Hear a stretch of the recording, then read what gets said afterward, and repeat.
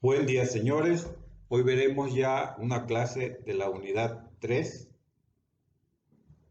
la número 3, fermentaciones y definiciones.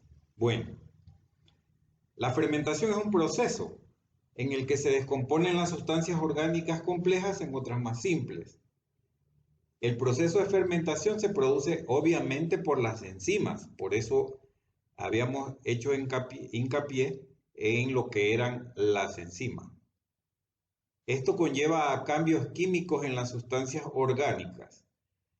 Cuando éstas se degradan por la acción enzimática, se da lugar a productos sencillos como por ejemplo el alcohol etílico. Ustedes recordarán cuando vimos la curva de crecimiento bacteriano, la producción de los metabolitos primarios, que eran sustancias muy simples. Así es, señores. Todos los metabolitos primarios son productos de esto, de la fermentación. Es decir, la fermentación ocurre en la segunda fase del crecimiento bacteriano, es decir, en la fase logarítmica. Bueno, ¿y por qué? ¿Cuáles son las ventajas de los alimentos fermentados? Primero, se eliminan sabores y texturas desagradables. Hay una reducción considerable del tiempo de cocción y ahorro de energía. E incluso algunos ya se pueden comer inmediatamente después de fermentar. Se vuelven los productos más digeribles. Hay un incremento en el contenido de vitaminas del complejo B. Las vitaminas del complejo B recordarán ustedes principalmente para la cuestión energética del metabolismo. También se inhibe el desarrollo de microorganismos patógenos y la producción de toxina. Bueno, recordarán entonces lo que vimos en probióticos, aquí se cumple.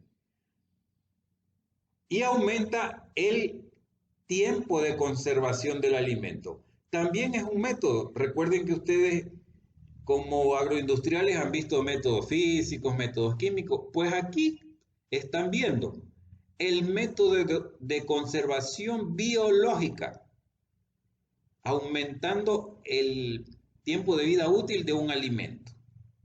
Bueno, veamos cuáles son sus características. Bueno, ya sabemos que es un proceso anaeróbico o parcialmente anaeróbico, ¿no? Donde el consumo del sustrato es carbohidrato, no puede ser ningún otro, solo carbohidrato, y se convertirán en sustancias simples.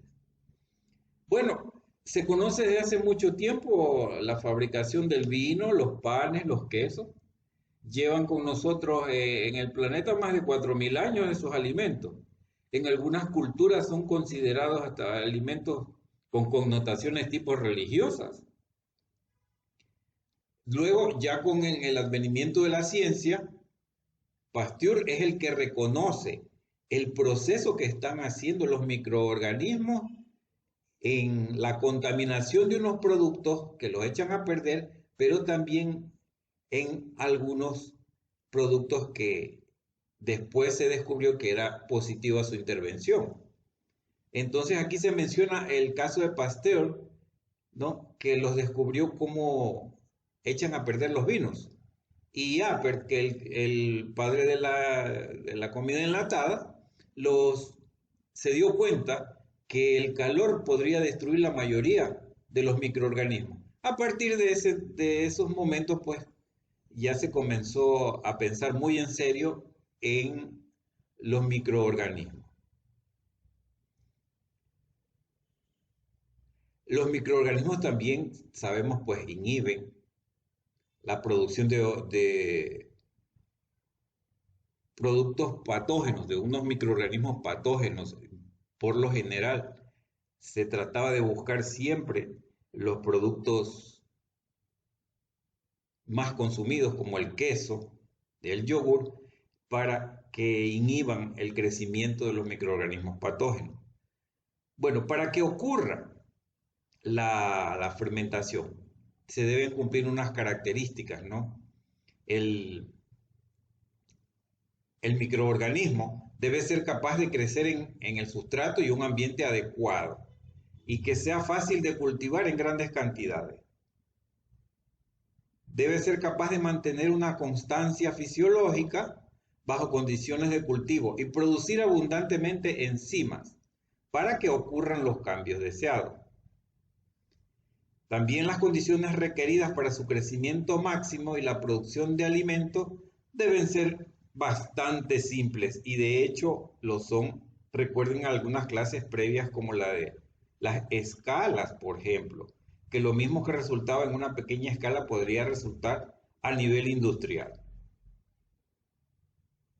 La mayoría de alimentos que utilizan microorganismos, alimentos fermentados, pueden ser de tipo levaduras, ¿no? La levadura es un hongo que no produce micelio, y las bacterias acidolácticas son las principales.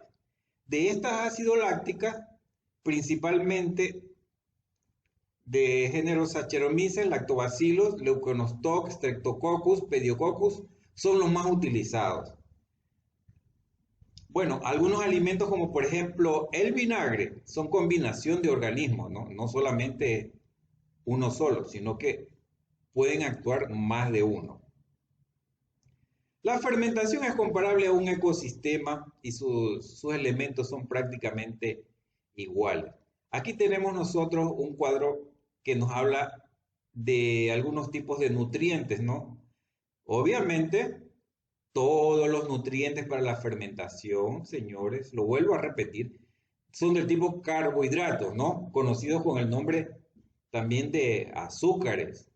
Entonces, estos pueden ser de diferentes tipos, conocidos con diferentes nombres, pero siempre son carbohidratos. Y en este cuadro vamos a encontrar algunas de sus fuentes, ¿no? Cómo se conoce el nombre de la molécula y dónde se obtiene, en qué sustancia de la naturaleza está presente, ¿no? Vamos a citar un ejemplo. El almidón. Todos sabemos que el almidón es un polímero que tiene varias moléculas amontonadas que a la final se convertirán en glucosa. Pero este almidón, que puede ser en realidad amilosa, amilopectina, en realidad polímeros de la glucosa, como ya lo dije, ¿dónde se encuentran presentes? En sustancias de reserva de las plantas, ¿no? Como los tubérculos, nosotros conocemos la yuca, las papas. Los cereales y las legumbres también lo contienen. Entonces, esta sustancia puede ser fermentable. Es un ejemplo.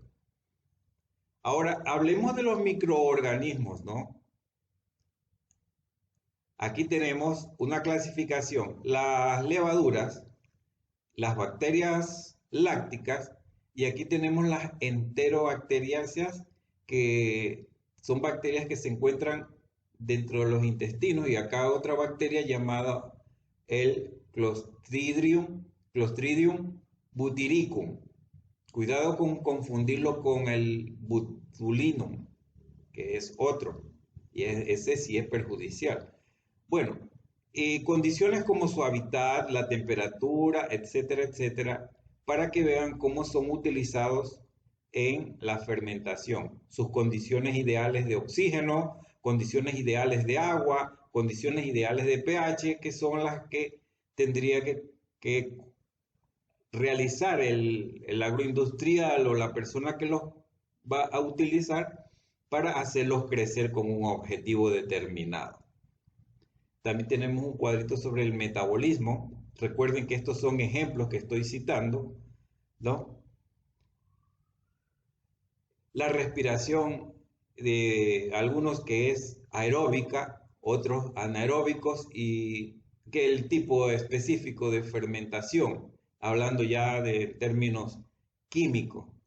Por ejemplo, ¿qué sustancia es la receptora de hidrógenos? Aquí tenemos en la respiración aerobia, obviamente, el oxígeno.